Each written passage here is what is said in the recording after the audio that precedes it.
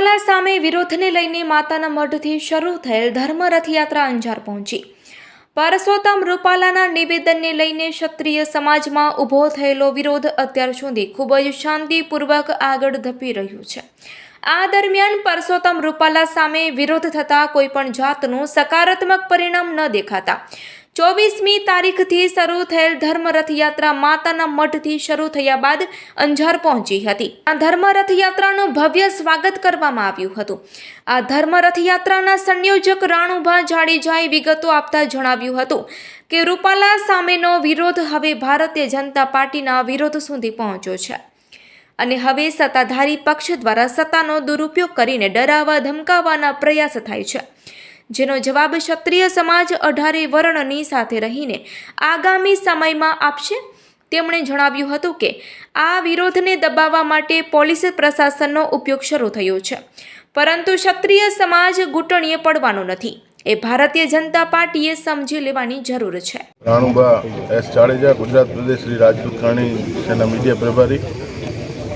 आज 24 तारीखથી ચાલુ થયો અમારો ધર્મનો રથ અમારી નારીની લડાઈમાં જે ચાલુ થયું છે તે ખૂબ પ્રતિસાદ મળી રહ્યો છે અને આપ અહીંયા પણ જોઈ શકો છો કે વિવિધ સમાજોના લોકો અહીંયા આવ્યા છે અને આ રથ હજી 2 દિવસ ત્યાં ચાલશે, પૂરું થશે। એના પછી આ માત્ર ટેલર છે। હજી 4 તારીખ પહેલાં આખા કચ્છમાં દરેક સમાજો સાથે મળીને એક મોટો સંમેલન થશે કે એ હજી બાકી છે, થઈ જશે। આ સમાજ જ્યારે 200 વર્ષ મોગલો રાજ કર્યો ને ત્યારે પણ નથી ડર્યો તો ભારતીય જનતા પાર્ટી અમારા સમાજ માટે કાંઈ નથી એમ એટલે ડરાવવાની વાત કરતા હોય તો આપના માધ્યમથી કહેવા માગું છું કે એ ભૂલ ક્યારે કરતા નહીં। આ સમાજને જેટલી દબાવશો ને સ્પ્રિંગની જેમ છે એટલું ઉછળશે અને આ સમાજ સામે અગાઉ પણ જે આવડા બહાર વિદેશોથી જે આક્રાંતો આવ્યા ને એ પણ લડીને નથી જીતી શક્યા। અમારા સામે તમે જેટલો જીદમાં ઉતરશો ને એટલી તમારા માટે કબર ખોદો છો ભારતીય જનતા પાર્ટી, એટલું યાદ રાખજો। તેથી અમારી ઘડાયેલી જ છે, દરેક સમાજોને સાથે રહીને આ સમાજ પહેલેથી ચાલ્યો છે, 18 વર્ણને સાથે રાખીને ચાલનારો સમાજ છે। અમારા સાથે દરેક સમાજ જ્યારે રાજાશાહી હતી ને ત્યારે યુદ્ધમાં પણ ચાલતા હતા, અત્યારે તો લોકશાહી છે તો અમારા માટે બટન દબાવવા માટે દરેક સમાજો ખૂબ આતુરતાથી છે અને લોકશાહીના ડબે આ ભારતીય જનતા પાર્ટીને ભારત દેશમાંથી ખસેડવાની તાકાત આ સમાજને 18 વર્ણ ધરાવે છે। જય માતાજી, જયદેવસિંહ વાઘેલા, સંકલન સમિતિ સભ્ય।